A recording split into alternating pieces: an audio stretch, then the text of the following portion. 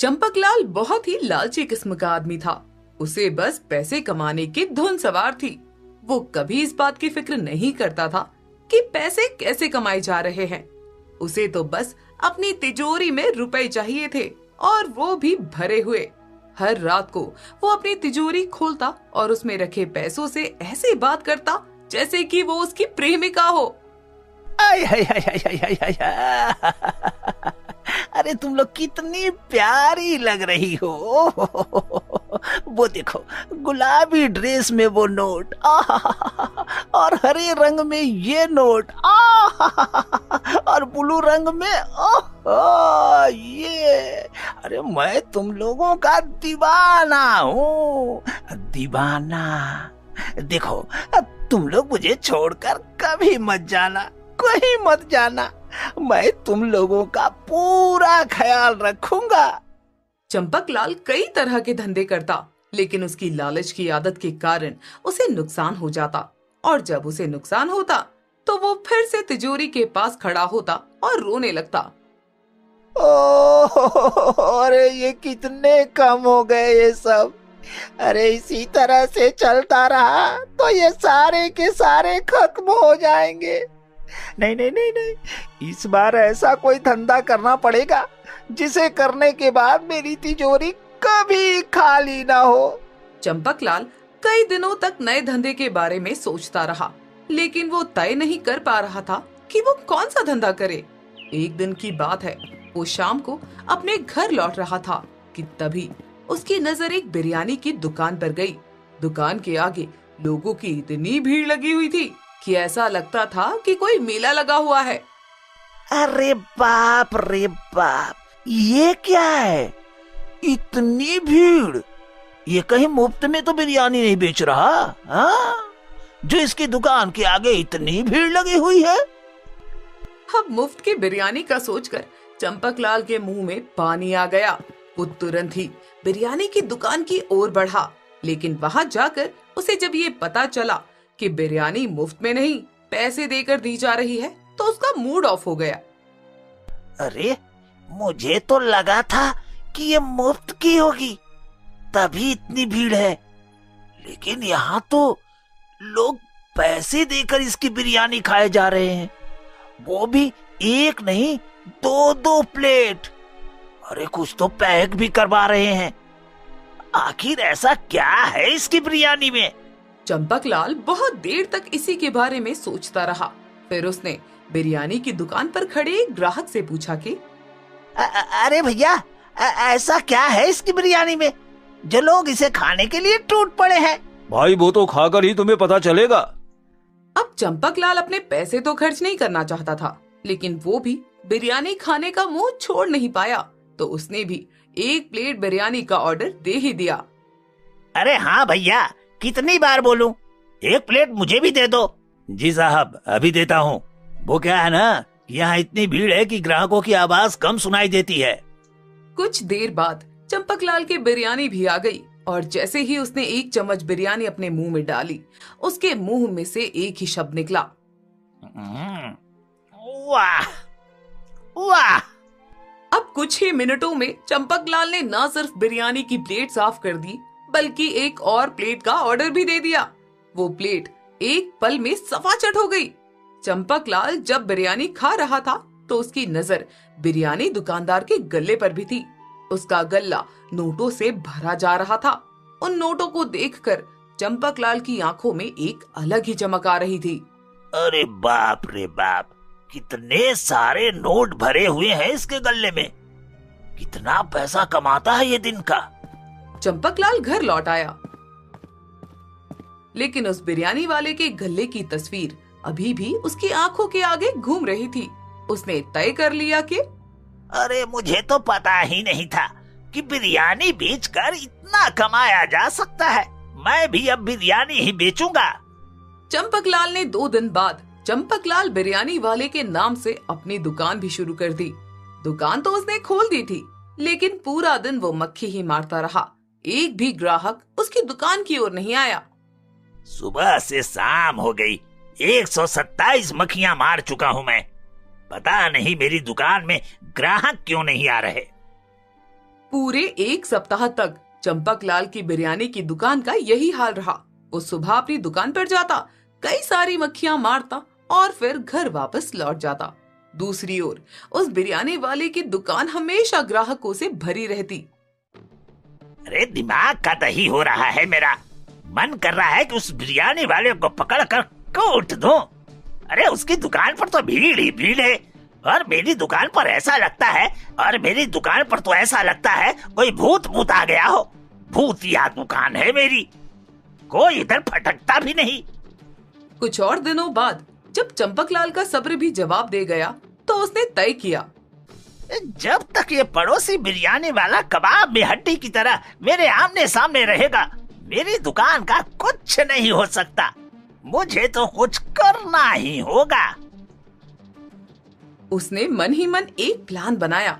उसी रात की बात है जब दूसरी बिरयानी वाला रात को अपनी दुकान बंद कर अपने घर जा रहा था, तभी एक एकांत जगह देखकर उसने उस पर पीछे से उसके सिर पर हमला कर दिया। कौन है? तुम्हारी मौत। अरे भैया, मैंने क्या किया है? मुझे क्यों मार रहे हो? अरे तुमने ही तो सारा कुछ किया है चंपू।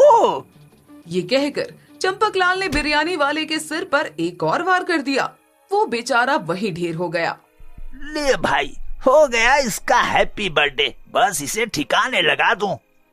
उसके बाद चंपकलाल ने उसे अपने कंधे पर उठाया और पास की नदी में फेंक दिया। लो भाई, हो गया अपना काम। अब तो नोट गिनने के दिन आ गए। अगले दिन दूसरी बिरयानी वाले की दुकान नहीं खुली, इसलिए लोग चंपकलाल की दुकान पर बिरयानी खाने लगे। उसकी बिरयानी बहुत ही बेकार होती, लेकिन लोगों के पास कोई विकल्प ही नहीं था, इसलिए वे उसी की दुकान पर आते। कुछ ही दिनों में उसने अपनी घटिया बिरयानी के दाम भी बढ़ा दिए। एक तो घटिया बिरयानी, ऊपर से ग्राहकों के साथ भी बुरा बर्ताव। अरे भैया, ये क्या बात हुई? एक साथ इतने पैसे कौन बढ़ाता है? और तुम्हारी बिरयानी का स्वाद भी तो कोई खास नहीं है। देखिए, ज्यादा दिमाग मत दीजिए हमको, समझे? बिरयानी खाना है तो खाइए, और नहीं तो चुपचाप निकल जाइए। चंपकलाल को कोई पसंद नहीं करता, लेकिन जब लोगों को भूख लगती है तो फिर क्या घटिया और क्या बढ़िया स्वाद, लोगों को खाना ही पड़ता है। वाह, अरे आज तो मस्त कमाई हुई है। मेरी नोटों की गड्डियां बढ़ती जा रही है। अरे इनकी रौनक और भी रंगीन होती जा रही है। अगर ऐसा ही रहा तो एक दिन मैं करोड़पति बन जाऊंगा। लेकिन वो कहते हैं ना कि पाप का घड़ा एक दिन भरता ही है। धीरे धीरे लोगों ने उसकी दुकान पर आना ही बंद कर दिया। वे घर से ही खाना खाकर चलते या कोई और इंतजाम करते। अरे क्या बात हो गई? अरे धीरे धीरे ग्राहक कम होते जा रहे हैं। अरे ऐसा ही हाल रहा तो फिर मेरे नोटों की गड्डियों का क्या होगा? इक्का दुक्का ग्राहक ही अब उसकी दुकान पर आते, इसलिए चंपकलाल के चेहरे पर चिंता की लकीरें उभरने लगीं। लेकिन एक दिन उसे ऐसी बात पता चली जिसे सुनकर उसका दिमाग हिल गया। उसके पैरों के नीचे से जमीन ही खिसक गई। हैं? ये कैसे हो सकता है? ये अफवाह है। लेकिन अगर ये सच निकला तो अरे नहीं, ये सच नहीं निकल सकता। लेकिन मुझे तो पता करना ही होगा ना कि ये सच है या झूठ। असल में चंपकलाल ने किसी के मुंह से ये सुना था कि पुराना बिरयानी वाला वापस लौट आया है और उसने अपनी दुकान दूसरे मोड़ पर शुरू करी है। वो इसी बात का पता करने निकल पड़ा और जैसा उसने सुना था वही हुआ। वो दुकानदार फिर से वापस आ गया। अरे ये कैसे हो गया? ये तो मर गया था। इसे तो मैंने अपने हाथों से पानी में फेंका था। अरे बाप रे बाप, तेरा क्या होगा रे चंपकलाल? अब कहीं इसने पुलिस के सामने मुंह खोल दिया तो पुलिस वाले मेरे बदन को तो लाल करके ही साथ ही मुझे जेल में ठूस देंगे। चंपकलाल के सीने की धड़कन बढ़ गई थी। उसे अपने सामने जेल की सलाखें नजर आ रही थी, लेकिन फिर भी उसके अंदर का शैतान उसे एक और गलत काम करने को मजबूर कर रहा था। अच्छा बेटा, तू बड़ा अमर बन रहा है ना। अब देख मैं क्या करता हूँ। अरे इस बार मेरा वार खाली नहीं जाएगा। उसी रात की बात है। दूसरा बिरयानी दुकान वाला अपनी दुकान बंद करने ही वाला था, तभी चंपकलाल वहाँ आ पहुँचा और क्यों बे चप्पड़ गंजू, हाँ? एक बार तो बच गया, हाँ? लेकिन आज नहीं बचेगा। हाँ? ये कहकर चंपकलाल ने उसकी दुकान में आग लगा दी और फिर उस दुकानदार को जलती आग में फेंकने की कोशिश की, लेकिन उसके पहले ही पुलिस की गाड़ी वहां सायरन बजाती हुई पहुंच चुकी थी। पुलिस ने न सिर्फ उस दुकानदार की जान बचाई, बल्कि फायर ब्रिगेड को फोन कर उसकी दुकान में फैलने वाले आग को भी रोका। चंपकलाल को पुलिस ने गिरफ्तार कर लिया। थाने में उसकी जमकर कुटाई हुई। अरे अरे अरे अरे छोड़ दो सर, अरे छोड़ दो सर, सर अरे बच्चे की जान लोगे क्या? मैंने कुछ नहीं किया, मैं तो सीधा साधा ईमानदार आदमी हूँ। तेरी सारी ईमानदारी का पता हमें लग चुका है। उस बिरयानी वाले ने सब कुछ पहले ही हमें बता दिया था। किस तरह तूने उसकी जान लेने की कोशिश की थी।